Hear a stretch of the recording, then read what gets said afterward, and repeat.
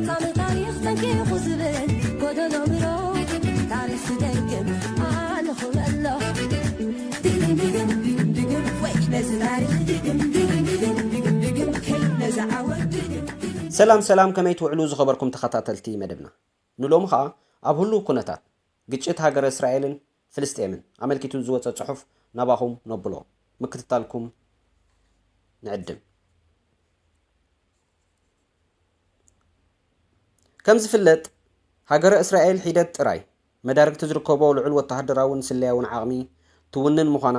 ናይ ኣደባባይ ምስጢር እዩ ኮይኑ ግን እዚ ብፍልስጤማዊ ሓይሊ ዝኾነ ሓማስ ሃንደበታውን በርቃውን ብዝመስል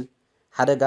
ድሒሩ ኸዓ ህይወት ብዙሓት ዜጋታት ዝቐዝፍ ዘሎ ኩናት ቅድም ኢሉ ብስልያዊ ማሕበራት እስራኤል ክብጻሕ ዘይተኻእለ ድዩ ዋላስ ካልእ ቁንቁኛ ኣለዎ ኣዘራራቢ ኮይኑ ይርከብ እዚ ኣብ ማእከላይ ምብራቕ እስራኤልን ፍልስጤምን ተወሊዑ ዘሎ ግጭት ባዕሉ ሞሳድ ዝሃንደሶ ግጭት ክኸውን በዞም ስዕቡ ሰለስተ ዓበይቲ ምኽንያት ልዑል ተኽእሎ ኣለዎ ሓደ ብቐንዱ እስራኤል ካብቲ ንከባቢ 8 ወርሒ ኣትያቶ ዝቐነየት ገዚፍ ፖለቲካዊ ቅልውላውን ምግምማዕን ንምውፃእ ከም ዝፍለጥ ኣብ መንጎ በቀዳማይ ሚኒስተር ሃገር ዝምራሕ ፈጻሚ ኣካልን ላዕለዋይ ቤት ፍርድን ከቢድ ወጥሪ ተኸሲቱ ነይሩ እዩ እዚ ድማ ፈጻሚ ኣካል ዝያዳ ስልጣን ስለ ዝጠለበ ዝተላዕለ እዩ ነዚ ዕላማ ድማ ኣሜሪካ ትርከበን ብዙሓት ሃገራት ምዕራብ ኣይተቐበሎን እቲ ምኽንያት ድማ እስራኤል ካብ ዲሞክራሲያዊ መንገዲ ኣንደልሂፃ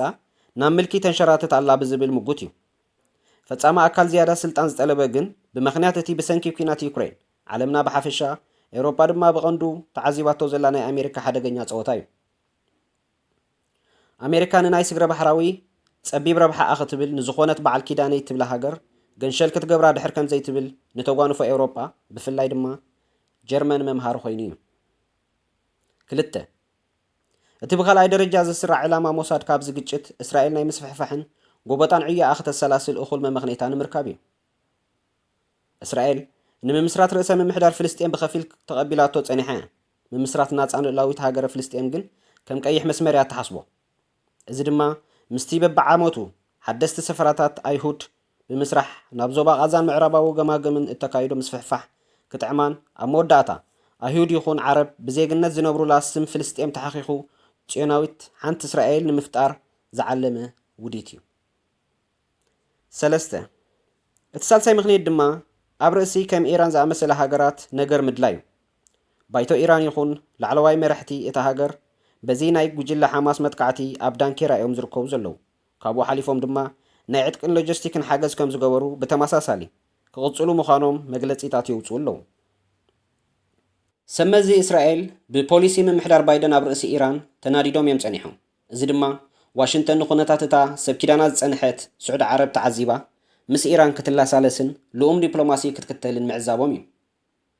ከም ውፅኢት እውን ኣሜሪካ ኣብ ኢራን ብጅሆ ተታሒዞም ዝነበሩ 6 ዜጋታታ ብሓሙሽተ ካልኦት ኢራናውያን ኣብ ኣሜሪካ ተቐይዶም ዝነበሩ ብሰላማዊ መንገዲ ብምልውዋጥ ኣብ ርእሲ እዩ $6 ቢልዮን ኣግዚሞማ እዚ ንሰበ መዚ እስራኤል ኣፀሊሉ ጥራይ ዘይኮነ ኣሜሪካ ንረብሓ ክትብል ኣብ ሓደ መዓልቲ ንእስራኤል ልክዕ ከም ዩክሬን ሓሪዳ ክትበልዓ ከም ትኽእል ዘዘኻኸረ ናይ ቀይሕ ምልክት ሓደጋ እዩ ነይሩ በዚ ምኽንያት ሞሳድ ነዚ ግጭት ክህንድስ ከሎ ነዞም ምስ ቴህራን ክላሳለሱ ዝተዓዘቦም ሰበስልጣን ጻዕዳ ገዛን ሕሉፋት ፀገማውያንን ሰልፊ ዲሞክራት ኣብ ቅድሚ ሰልፊ ሪፓብሊካን ይኹን ከም ዶናልድ ትራምፕ ዝኣመሰሉ ኣብ ርእሲ ቴህራን ሕሉፍ መርገፂ ዘለዎም ተቃወምቲ ብምቅላዕ ነቲ ዘሎ ፖለቲካዊ ቅማረ ዋሽንተን ንምዝራግ እዩ ተልኣቪቭ ንፕሬዚደንት ኣሜሪካ ነበር ዶናልድ ትራምፕ ብብዙሕ ምኽንያት እኳ ብፅቡቅ ትዝክሮ እንተኾነት ኣይ ከምቲ ኣብ ርእሲ ላዕለዋይ ወተሃደራዊ ኣዛዚ ቴህራን ጀነራል ቃስም ስሊማኒ ዘካየዶ ናይ ድሮን ቅንፀላ ኤምባሲ ኣሜሪካ ናብ ኣከራኻሪ ከተማ ኢየሩሳሌም ክግዕዝ ብዝወሰዶ ተበግሶ ግን ሕጂ ድማ ነዚ ኩነታት ተጠቂምካ ንቴህራን ምህራም ዝደፋፍእ ክስተት ንዕዘብ ኣለና ስለዚ ሞሳድ ነዚ ዝተጠቕሰ ሰለስተ ዓበይቲ ዕላማታት ክብል ነዚ ኩናት ወሊዕዎ ክንብል ከለና ነዚ ስነ መጎዝ ዘራጉድ ጭቡጥ ተርእዮታት እውን ኣሎ ሓደ ከምዚ ኣብ ዝተፈላለየ ቪድዮታት ክንዕዘቦ ዝቐነና ሓማስ እንታይ ዝመስል ኣፅዋር ዓጢቑ ከም ዘሎ ኣገራሚ እዩ እዚ ፅዋር ብኸመይ ናብዛ ብእስራኤል 360 ዲግሪ ተኸቢባ ኣብ ዘላ ማይን ኤሌክትሪክን ከይተረፈ ብዓቐን እትዕደል ዞባ ቃዛ ኣትዩ ኢልካ ክትግምት ትኽእል እሞ ከም ሞሳድ ዝኣመሰሉ ዝሓየሉ ትካላት ስለያ ሸጓጉጥን ብረትን ክሓልፈካ ይኽእል እዩ እዚ ዝመስል ኣፅዋራት ግን ዘተሓሳስብ ደይኮነ ክልተ ካልእ ብግቡእ ዝተመልመሉ ዳርጋ ኣሃዱ ኮማንዶ ክትብሎም ዘድፍሩ ዕጡቓት ሰራዊት ሓማስ ንዕዘብ ኣለና ኣበይን መዓስን ዝተዓለሙ እዮም ኣብ ወፃኢ እንተኮይንኸ ክዕለሙን ናብ ውሽጢ ፍልስጤም ከኣትውን ካብ ዒንቲ መን ክኽበሉ ይኽእሉ ብዙሕ ሕቶ ዘለዓዕል እዩ እስራኤል ሓደ ድራማ ሃንዲሳ ንገለ ዜጋታታ ግዳይ ጌራ ናብቲ ናይ ኩሉ ግዜ ዕላማ ጥራያ ተቋምት ዘላ ዝያዳ ካልእ እውን ኣብዚ ዝሓለፈ 8 ኣዋርሕ ተመቓቒሉ ዝነበረ ህዝባ ኣብ ሓደ ክሰምር ኣኽኢላ ኣላ ንሰላማውያን ዜጋታት ዝነብሩለን ከተማታት ፍልስጤም ብቦምባታት ሚሳይላትን ክትዕንወን ጀሚራ ኣላ ድሮ ብዓሰርተታት ኣሽሓት ዝቑፀሩ ሰባት ኣብ ሓደ ረፍዲ ተፈናቒሎም ኣለዉ ብወገን እስራኤል ኮነ ብወገን ፍልስጤም ድማ ብኣማይ ዝቑፀሩ ህይወት ጠፊኡ ኣሎ ተልኣቪቭ ኣብ ርእሲ ቴህራን ከተጓዕብዕ ጀሚራ ኣላ እቲ ዝስዕብ ግዜ ክምልሶ እዩ ካብ ዝርስቲ ከይወፃና ኤምባሲ ኤርትራ ኣብ ሃገር እስራኤል ዘውፅኦ ሓበሬታ ናባኹም ነብሎ ሓበሬታ ንኩሎም ኤርትራውያን ነበርቲ ሃገር እስራኤል ብቐዳምነት ሰላምታ ይብፃሕኩም እዚ ኣብ መንጎ እስራኤልን ፍልስጤምን ኣጋጢሙ ዘሎ ከቢድ ግጭት ንኩሉ ኣብ ሃገር እስራኤል ዝነብር ዜጋ ኣብ ሓደጋ ኣውዲቑ ይርከብ ኩሉ ኤርትራዊ ዜጋ ነቶም መንግስቲ እስራኤል በብእዋኑ ዘውፅኦም ዝህቦምን መምርሒታት ከኽብር ይግባእ ኣብ ኩለን እንነብረለን ከተማታት ቀጻሊ ደሃይ ዜጋታትና ክንገብርን ክንከታተልን ንጽውዕ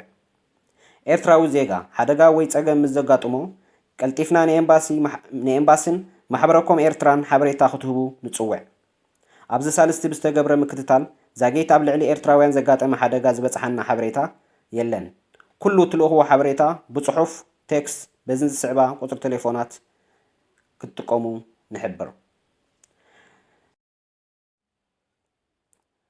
ዝኸበርኩም ተኸታተልቲ መደብና እዚ ክትከታተልዎ ዝፀናሕኩም ካብ መርበብ ሓበሬታ ናሽናል ኢንተረስት ዝተወሰደ ኮይኑ ስለምክትታልኩም ነመስግን ፕሮምሽን ቀውዒ ዓረብ ወይ ኣራብ ስፕሪንግ መፅኡ ዝብሉ ዘለዉ እንታይ እቲ ንዓኣቶም ነዚ ጉዳይ እዚ ሰሓቢ ኮይኑ ዘርክበሎም ዘሎ ኩነት ኣብ ውሽጢ ሃገር ዝነበረ ኩነታት ከናቀዋምኦም የመን ካልኦት ሕጂ ዝመፅኣ ዘሎ ኣነ እቲ ጉዳይ ግዜ ወሲድካ ክረአ ዘለዎ እዞም ሕጂ ንሪኦም ዘለና ምንቅስቃሳት ግን ኣብ ትሕቲ ዝኾነ ይኹን ኩነታት መሰረታዊ ወይ ሱርበተኻዊ ለውጢ ኣምፅኦም ኣብተን ሃገራት ንዝረበለን ዘለና መሰረታዊ ፍታሕ ከምፅእ ይኽእሉ ኢና ምስ ብዙሓት ኣብዚ ሃገራት ኣዕራብ ዘለዉ ሓለፍቲ ንዛረብ ኢና እዚ ዞባ እዚ ብርግኣት ወለዶታት ካቐሲኖም ክነብሩ እንድሕር ኮይኖም ቀዳምነት ዝስርዑ ጉዳያት ቅድም ክፍትሕ ይኽእሉ ኣለዎም ናይ ውሽጢ ናይ ነፍሲ ወከፍ ሃገር ሽግራት ክፍትሑ የብሎም ማለት ኣይኮነን ግን ናይ ዓረብን እስራኤልን ሽግር ክፍትሕ ኣለዎ ብመሰረቱ ኣብ መንጎ እስራኤልን ፍልስጤምን ዘሎ ዝምድናታት ካብ ኩሉ ሰብ ዝዛረበሉ ንቡር ነገር ንሓና ዝተፈለየ ኣጠማምታን ኣረኣያን ኣለና እዚ ኣረኣያ እዚ ብሓደ ቀሊል ነገር ክግለጽ ዝከኣል ናይ ኦስሎ ስምምዕ ቁኑዕ ኣይነበረን ኣይሰርሐን ከ ናይ ማድሪድ ዝበሃል ድሕሪኡ ዝመፅእ እንተኾነ ከምኡ ኣይሰርሐን ውፅኢት እውን ኣይተረኽቦን ናይ ካምፕ ዴቪድ ዝበሃል ተመሳሳሊ ሕጂ ከዓ ሮድማፕ ዝበሃል ኣሎ ሮድማፕ ዝበሃል ኣይሰርሕን የለን እዚ ጉዳይ ሓደ ክትግበር ዝኽእል ተጨባጢ ፖሊሲ ወይ ፍታሕ ተዘይተኸድሉ በዚ ዝኸዶ ዘሎ ፍታሕ መፅኢ ኢሉ ዝሓስብ ኣነ ይዋይ